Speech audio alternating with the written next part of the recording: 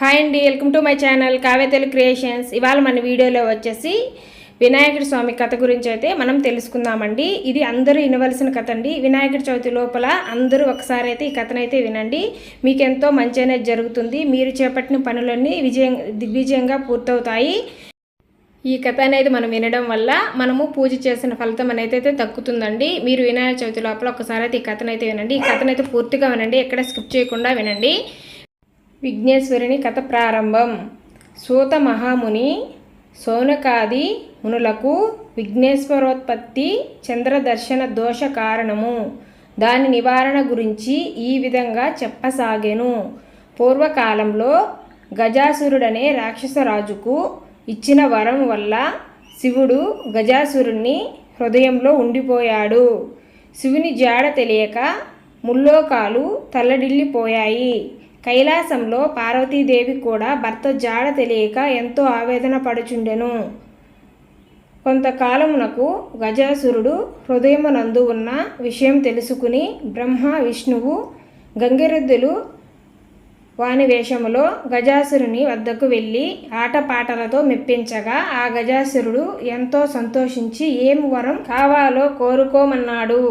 అందుక గంగిరెద్దుల వేషంలో ఉన్న బ్రహ్మ విష్ణువులు, గజాసుర, పరమశివుడు లేక ముల్లోకాలు అల్లాడిపోచున్నవి, నీవు నీ హృదయంలో ఉన్న శివుణ్ణి మాకివ్వమని కోరుకున్నారు. మాట తప్పని గజాసురుడు సరే అన్నాడు. నంది తన కొమ్ములతో గజాసురుణ్ణి పొట్ట చీల్చి శివుణ్ణి బయటకు తెప్పించారు. అంతటా గజాసురుడు పరమేశ్వరునితో, దేవా, నీవు నా శిరస్సుకు గణ్యతను చేకూర్చి నీవు నా చర్మం ధరించాలని వరం కోరుకోగా అందుకు అంగీకరించాడు సర్వేశ్వరుడు. ఆ విధంగా బ్రహ్మ విష్ణు శివులు ఇంద్రాదులు దేవలోకానికి బయలుదేరారు. వినాయకుని జననం. కైలాసంలో పార్వతీదేవి భర్త రాక దేవతల ద్వారా తెలుసుకొని అభ్యంగన స్నానం చేసి పతికి స్వాగతం చెప్పాలని స్నానానికి తయారైంది. తన ఒంటికి నలుగు పెట్టుకున్న పిండితో ఒక బొమ్మను తయారు చేసి తన తపశ్శక్తితో ఆ బొమ్మకు ప్రాణం పోసి వాకిలి వద్ద కాపలా ఉంచి ఎవ్వరినీ లోపలికి రానివ్వద్దని చెప్పి స్నానానికి వెళ్ళింది. కైలాసానికి వచ్చిన పరమేశ్వరుడు లోపలికి వెళ్ళబోగా గుమ్మం వద్ద బాలుడు అడ్డగించాడు. తాను ఆ కైలాసానికి అధిపతిని, పార్వతీదేవి భర్తని చెప్పాడు శివుడు. నువ్వెవరివైనా వెళ్ళడానికి వీల్లేదన్నాడు ఆ బాలుడు. వాద ప్రతివాదాలు పెరిగాయి. ప్రమదగణాలు కూడా ఆ బాలుని ముందు ఓడిపోయాయి. పట్టుదల పెరిగి శివుడు కోపంతో తన త్రిశూలంతో బాలుడి శిరస్సును ఖండించాడు. పార్వతీదేవి వచ్చి నిర్జీవుడై ఉన్న బిడ్డను చూసి, నాదా, పసివాణ్ణి ఇంత దారుణంగా శిక్షిస్తారా అని శోకించింది.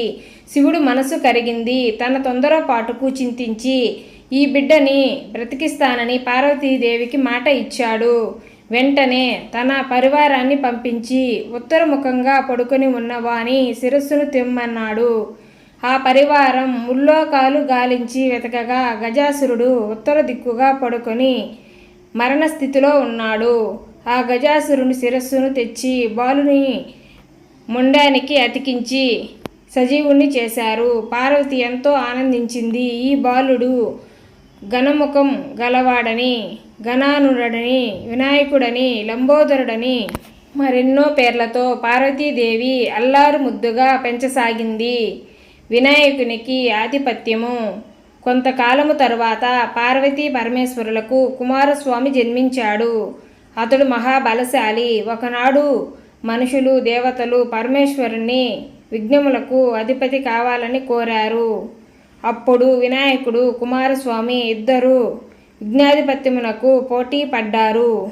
అందుకు పరమేశ్వరుడు, కుమారులారా, ఈ ముల్లోకాల్లో గల పుణ్య నదులలో స్నానమాచరించి ముందుగా నా వద్దకు ఎవరు వచ్చెదరో వారికే విఘ్నాధిపత్యము దక్కుతుంది అని చెప్పగా కుమారస్వామి వెంటనే తన వాహనమైన నెమలిపై ఎక్కి బయలుదేరాడు.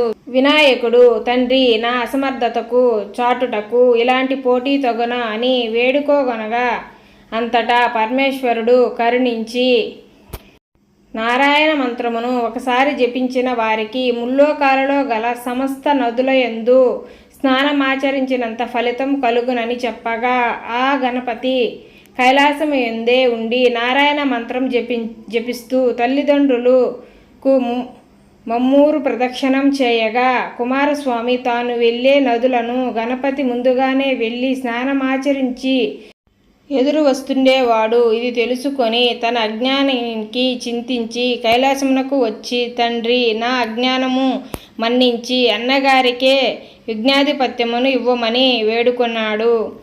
అంతటా పార్వతీ పరమేశ్వరులు సంతోషించి భాద్రపద శుద్ధ చతుర్థి నాడు గణపతికి ముక్కోటి దేవతల సాక్షిగా యజ్ఞాధిపత్యమును ఇచ్చారు. చంద్రునికి శాపము. ఆనాడు సర్వదేశస్థులు విఘ్నేశ్వరుని తమ శక్తి కొలది కుడుములు, ఉండ్రాళ్ళు, పిండి వంటలు, పాలు, తేనె, పళ్ళు మొదలగు భక్ష్య భోజ్యములతో యథాశక్తిగా పూజించారు. విఘ్నేశ్వరుడు ఎంతో సంతోషించి తాను భుజించి తన వాహనమైన ముష్కముపై ఎక్కి భుక్తాయాసముతో సూర్యాస్తమయం వేళకు కైలాసమునకు వచ్చాడు. మాతాపితృలకు పాదాభివందనం చేయ సంకల్పించగా ఉదరము సహకరించక నానా అవస్థలు పడుచుండగా శివుడు శిరస్సున ఉన్న చంద్రుడు చూచి పకపక నవ్వాడు. గణపతికి కోపం వచ్చి తన దంతపు కోరను విరిచి చంద్రుని మీదకు విసిరాడు. ఆ దెబ్బకు ఏర్పడిన మచ్చ చంద్రునిలో మనము ఈనాటికి చూడగలము. ఇంకా కోపం తగ్గక ఆవేశంతో ఊగుతున్న వినాయకుడి పొట్ట చిట్లింది.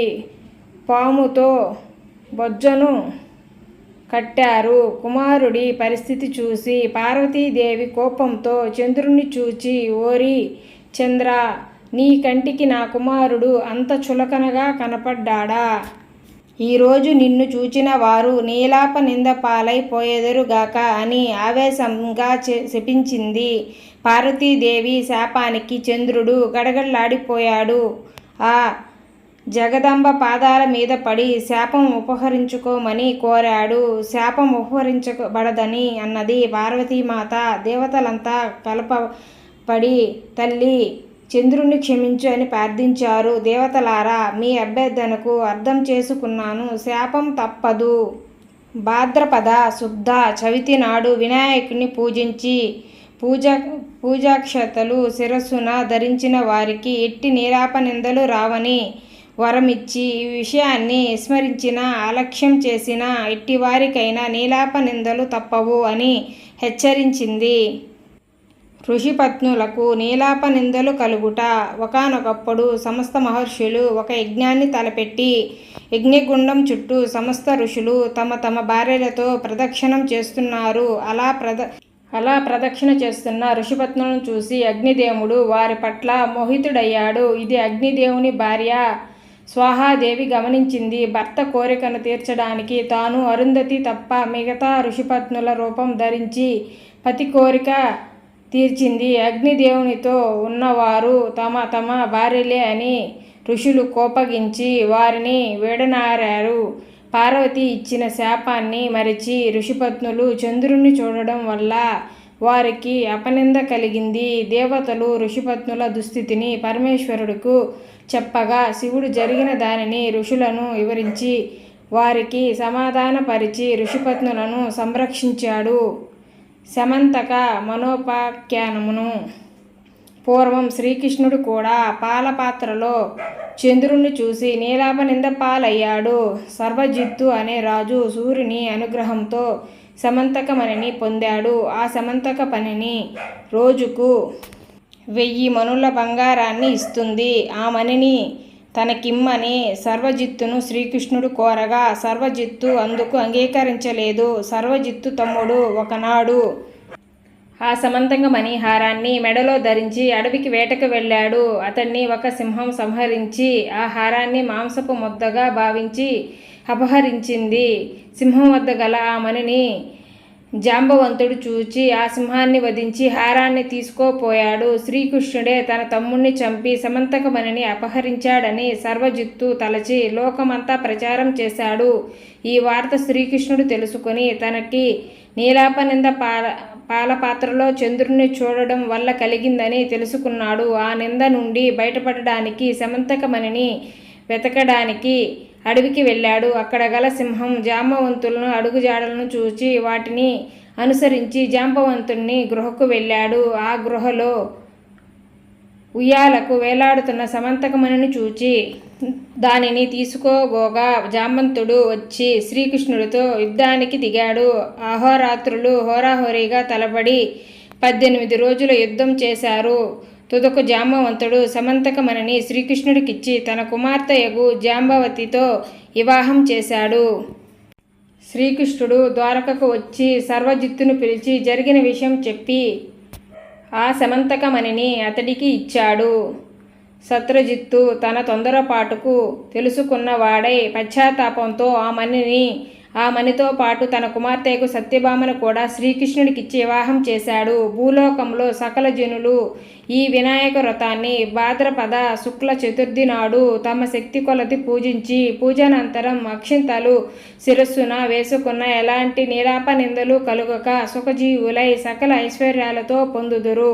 పూర్వం ఈ వ్రతమును సీతాదేవినికి ఎతుకున్నప్పుడు శ్రీరాముడు వృత్తాసురుని వధించినప్పుడు ఇంద్రుడు గంగకు భూమికి తెచ్చినప్పుడు భగీరథుడు అమృతోత్పాదనము చేయనప్పుడు దేవాసురులు కుష్ఠవ్యాధి నివారణకు సాంబుడు కృష్ణుని కుమారుడు తమ రాజ్యాన్ని తిరిగి పొందుటకై ధర్మరాజు మొదలగు వారందరూ కూడా ఈ వ్రతం చేసి సకల విజయాలను పొందారు.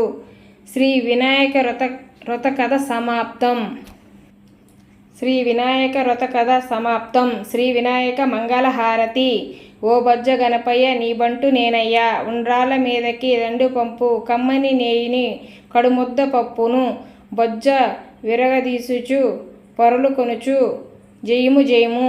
వెండి పల్లెములో వేల వేల ముత్యాలు కొండలుగా నీలములు కలయబోసి వెండుగను హారమును మెడనిండి వేసుకొని దండిగా నీగిత్తు ఘనహారతి జయము జయము. నేను చదివిన దాంట్లో ఏమైనా కొన్ని చిన్న తప్పులుంటే క్షమించండి. ఈ కథనైతే ఎక్కడ స్కిప్ చేయకుండానండి, మీకు అంతా మంచిగా జరుగుతుంది. ప్లీజ్ సబ్స్క్రైబ్ చేయండి. ఇటువంటి మరిన్ని వీడియోల కోసం మన ఛానల్ అయితే చూస్తూ ఉండండి. ఈ వీడియోగా నచ్చితే తప్పకుండా ఒక లైక్ అయితే ఇవ్వండి. ఈజోదంటే మీ ఫ్రెండ్స్ అండ్ ఫ్యామిలీ మెంబర్కి అయితే షేర్ చేయండి. ఈ కథ విన్నా కానీ ఈ వ్రతం చేసుకున్నా కానీ మీకు ఎంతో మంచి జరుగుతుందండి.